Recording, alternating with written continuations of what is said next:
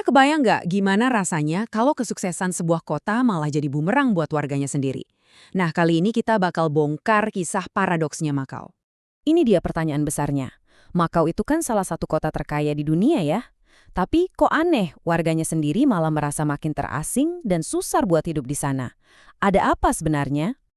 Jadi kalau kita lihat dari luar, Makau itu kan kesannya gemerlap ya, surga kasino, pusat hiburan dunia.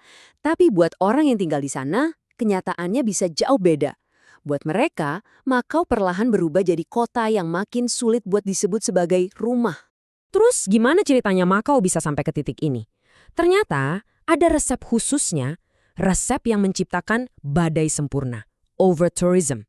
Nah, ini dia 3 bahan utamanya. Pertama, wilayahnya yang super sempit. Kedua, kebijakan pemerintah yang membuka keran investasi kasino besar-besaran. Dan yang ketiga, ledakan jumlah turis dari Tiongkok daratan. 3 hal ini saling terkait dan akhirnya menciptakan masalah yang rumit banget. Hasilnya, ya bisa ditebak. Permintaan turis meledak, sementara luas kotanya ya segitu-gitu aja, nggak bisa menelar. Ketidakseimbangan inilah yang jadi sumber dari semua masalah yang dialami Makau sekarang. Oke, sekarang kita lihat gimana semua ini kelihatan dalam bentuk angka. Dan percayalah, angkanya ini benar-benar bikin kita geleng-geleng kepala. Coba deh bayangin, dalam 1 kilometer persegi ada sekitar 20.000 orang yang tinggal. Itu padat banget.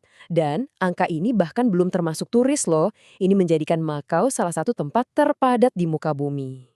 Nah, ini yang lebih gila lagi. Untuk setiap 1 orang penduduk Makau, ada 50 turis yang datang setiap tahunnya. Bayangin deh rasanya kalah jumlah 50 banding 1 di kota sendiri. Pasti sesek banget kan? Lihat deh perbedaannya di sini, jauh banget. Ekonomi Makau itu sangat-sangat bergantung sama pariwisata. Beda sama kota-kota lain yang ekonominya lebih beragam. Memang ini bikin mereka kaya raya, tapi di sisi lain juga sangat rapuh. Kalau pariwisata goyang sedikit aja, seluruh kota bisa kena imbasnya. Ungkapan ini, wah, kena banget.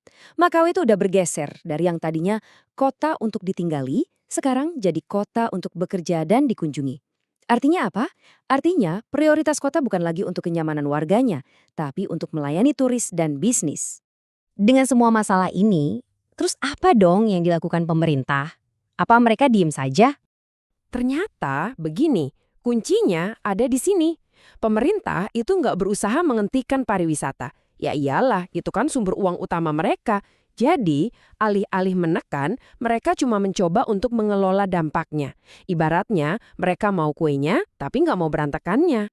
Jadi mereka coba berbagai cara. Misalnya mengontrol izin kasino, memisahkan area turis dari pemukiman, sampai pakai kebijakan visa sebagai rem darurat. Tapi ya gitu, mereka cuma bisa menahan dampaknya, bukan mematikan mesin ekonominya itu sendiri. Dari sini kita bisa tarik pelajaran yang paling penting dari ceritanya Makau.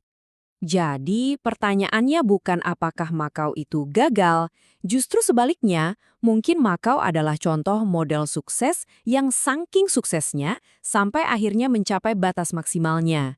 Ini adalah konsekuensi logis dari strategi pariwisata mereka yang luar biasa berhasil. Makau ini jadi semacam peringatan buat kita semua. Inilah yang terjadi kalau sebuah kota lebih mementingkan satu industri raksasa di atas identitas dan kenyamanan warganya sendiri. Keseimbangannya hilang dan kota itu bisa kehilangan jiwanya. Dan akhirnya, ini meninggalkan kita dengan satu pertanyaan mendasar yang relevan buat banyak kota di dunia. Kalau sebuah kota dirancang utamanya cuma buat turis, lalu sebenarnya kota itu untuk siapa?